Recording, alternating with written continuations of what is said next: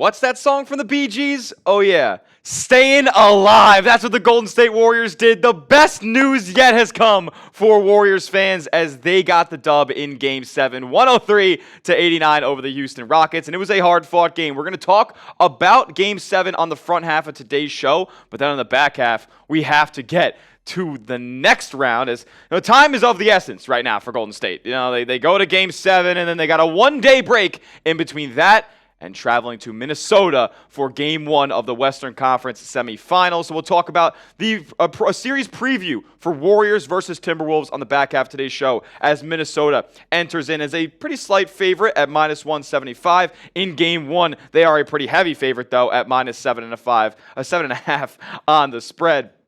As you know what, Vegas probably realizes that Golden State is going to be tired coming off of a plane and off of a hard-fought Game 7 battle. But we were live for that Game 7 against Houston, and we will also be live for every game of Warriors versus Timberwolves. So lock us in and subscribe. This is why you subscribe to the channel, for free, informative, entertaining Golden State Warriors content every day on YouTube, whether it's a video or whether we are live and the Dubs are playing. I want to see you guys there for Game 1. Subscribe and join us on our road to 100,000 subscribers right here at Warriors Today.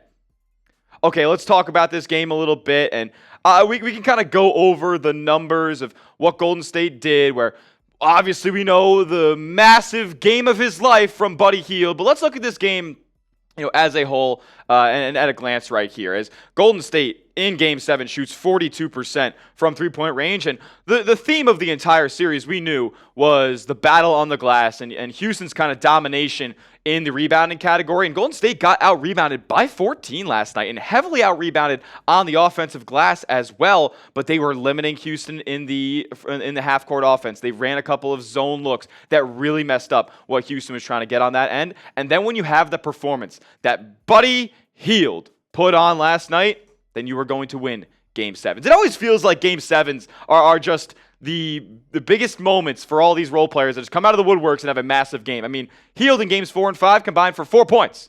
He had 33 in Game 7, or Game 5 and 6. But regardless, Hield was unconscious against Houston. And to be fair, a lot of these were open looks, but Golden State wasn't hitting a lot of their open looks throughout the first 6 games of the series.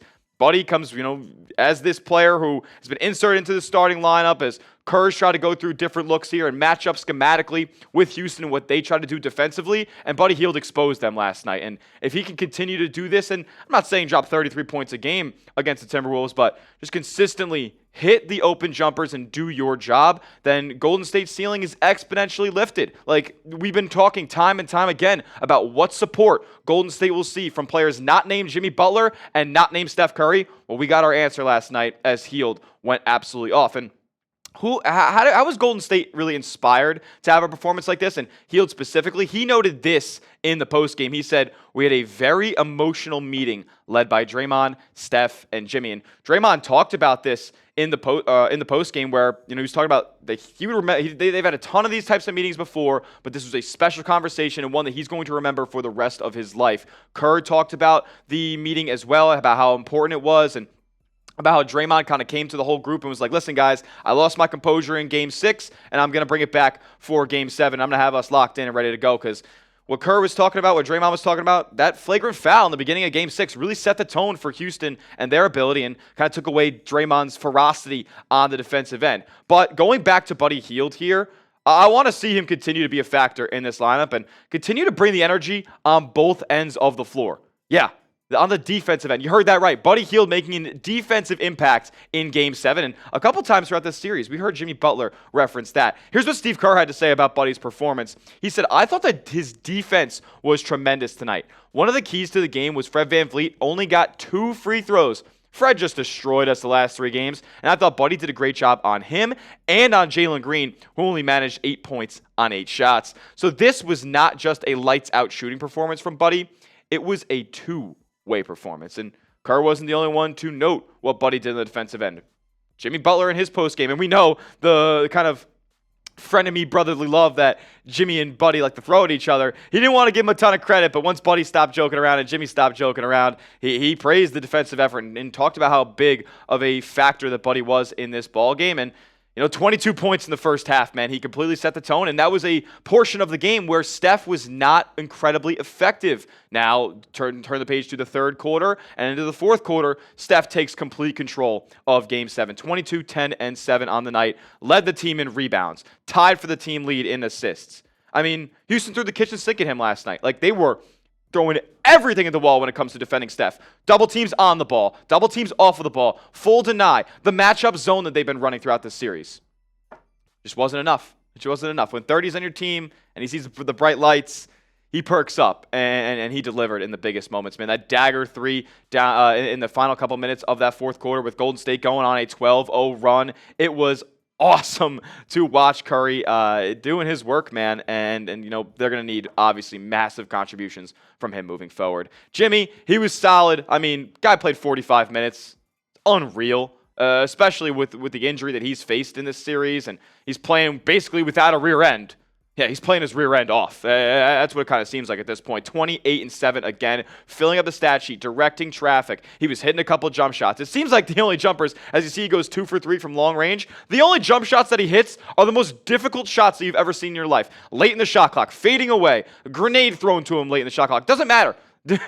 Jimmy's best and most efficient shooting the basketball when the shot clock's bleeding and he's in an impossible make situation. He just gets it done every single time, continues to set the tone defensively, playing free safety back there and playing so well off of our guy Draymond as well. Draymond, who puts up 8 points in the first quarter of this game, completely setting the tone, coming out of the gates flying. He gets a dart to the rim, taking a defender off of the dribble and getting 2. Then his next attempt was a 3-ball and it goes in, and I was kind of wincing at that. When Draymond hits his first 3 of the game, he likes to get a whole lot more up. Fortunately for us, he was incredibly efficient, and he did take 8 threes at the end of the day. But the defense was awesome, and Golden State really did a great job, in my opinion, at playing defense around the rim and just playing a whole heck of a lot bigger than their heights suggest. Draymond was one of those guys last night. He defended Şengün awesome at the rim. He defended Jalen Green awesome at the rim. He would defend Thompson a good amount, even though we know Amen Thompson got his and he's going to be a great player. Down the stretch of this game, Golden State built a wall at the rim, and we know the Rockets can't really create jump shots effectively. Draymond, we know, the MVP of the defense, and just continue to keep your composure because we can't afford many more flagrant fouls and we can't afford many more technical fouls in the postseason. What we know about this team is that they're going to continue to need support on the back end. They're going to need to see Brandon Podziemski hit some big shots. They're going to need to see Moses Moody hit some big shots. They're going to need to see, Gary Payton, when he comes back from this illness that he's facing, to go play big minutes and hit the big shots when you're called upon.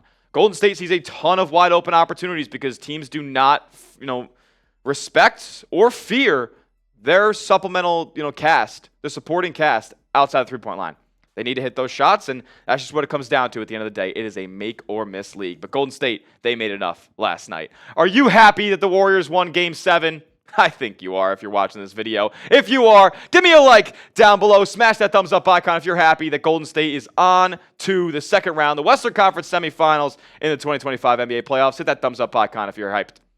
All right, next let's get into a Warriors versus Timberwolves preview. Got 5 keys to victory. Going to go through the season series, these teams at a glance statistically, and then give you my prediction at the end of today's show about how this series will shake out. But first, I got to give a huge shout out to our sponsor on the program, and that is PrizePicks. PrizePicks is America's #1 daily fantasy sports platform because it's daily fantasy made easy. Here's how it works. All you guys got to do is pick a lineup of 2 to 6 players and just pick more or less on their projected stats. Watch your favorite sports and win up to 2,000 times your money on PrizePicks. It's awesome. I've been a customer even longer than they've been a partner with us here at Chat Sports, a sponsor on the program. So you guys get hooked up with today with some awesome deals, like a free $50 in your account when you sign up using our promo code CLNS and place your first $5 entry. The deals don't stop there. They got Taco Tuesday, where the discount stat projections, Flex Friday, where they'll give you your entry back if you missed your lineup, in promo funds back up to $20. As for the lineup that I wanted to go with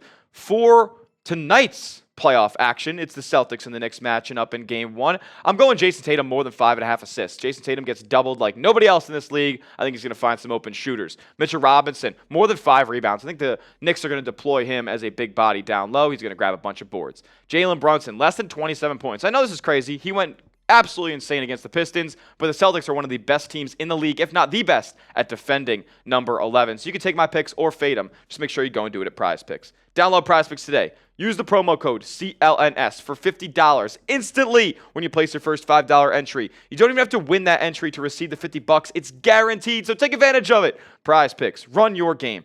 All that information will be clickable down in the comments section and description of today's video. Support the show, support the sponsor, be a real one.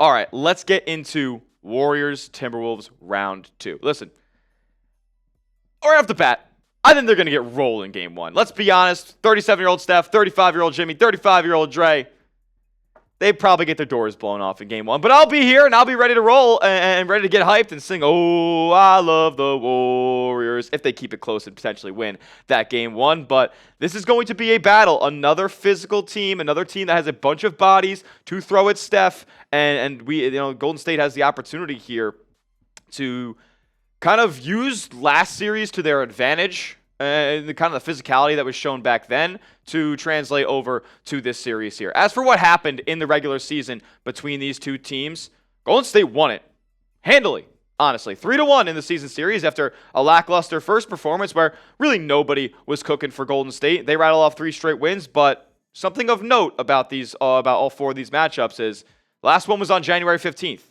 Jimmy Butler didn't join the Warriors until February 5th. So no matchups with Jimmy versus the Timberwolves this season. His old squad back a couple years back. And, Golden State is going to have their work cut out for them. This team's been playing really well. They just dismantled the Lakers, who everybody picked to win that series. And Anthony Edwards, we know, is a huge playoff riser. At a glance through this series, I want to give you guys a look at this. And you can pause the video now to zoom in and look at any stat that you're looking at and kind of deriving how this series is going to go from. A couple things of note for me.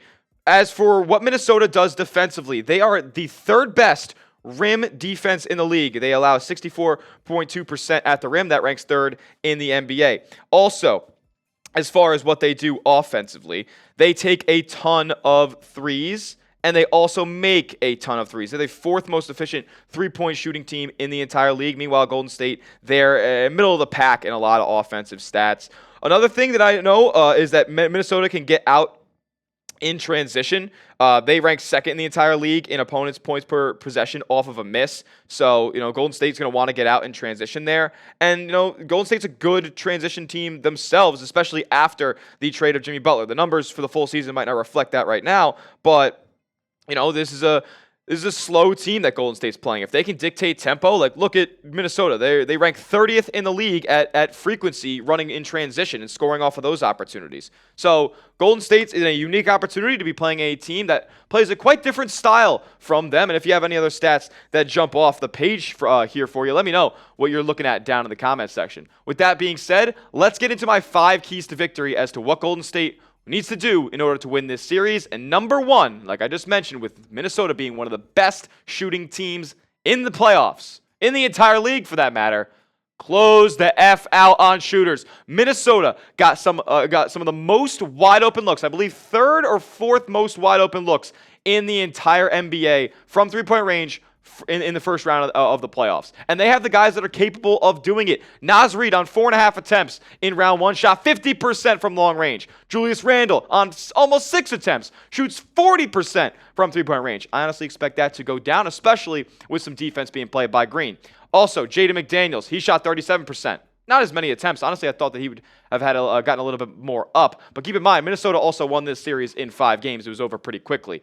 Anthony Edwards, this season specifically, he's jacking them up. 9.6 threes attempted a night, and he shoots a pretty inefficient 33%. Continue to make him take bad shots, not leave him wide open. And DiVincenzo was really bad. So I expect some positive regression for Devo in this regard. He shot under 20% on 6.2 attempts. But overall, looking at this team, what they did against the Lakers, and the Lakers, to be honest, their defense is atrocious, and there's probably a reason that Minnesota was wide open a lot of the time. Those guys were never in alignment.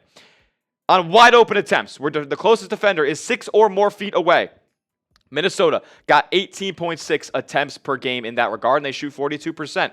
Yeah, that's a good percentage. I think it was about 3rd in the league, and the number of percentages they got were 5th. Or the number of attempts they got, on tight 3-point percentages, 2 to 4 feet with the closest defender. They shoot an abysmal 17.6% and 3.4 attempts. Like, the way that it looks on the rankings list, where Minnesota is taking a ton of wide open threes, they are taking not a lot of contested threes. So if you're able to get out on these guys and limit the wide open opportunities, meanwhile, I believe Minnesota has one of the highest corner three-point rates in the entire league as well. Yes, they shoot the 5th most corner threes in the league. Nickeil Alexander-Walker is going to be there. Devo is going to be there. Naz Reid's going to be there. Randall's going to be there. You have to get out to the corners. I think Golden State has a good opportunity to do that, as they don't have a ton of immobile bigs down on the low block. They'll be able to get out onto those shooters. It's all about effort at the end of the day. Gotta close out. And then, next up on my keys to victory, stay hot, buddy.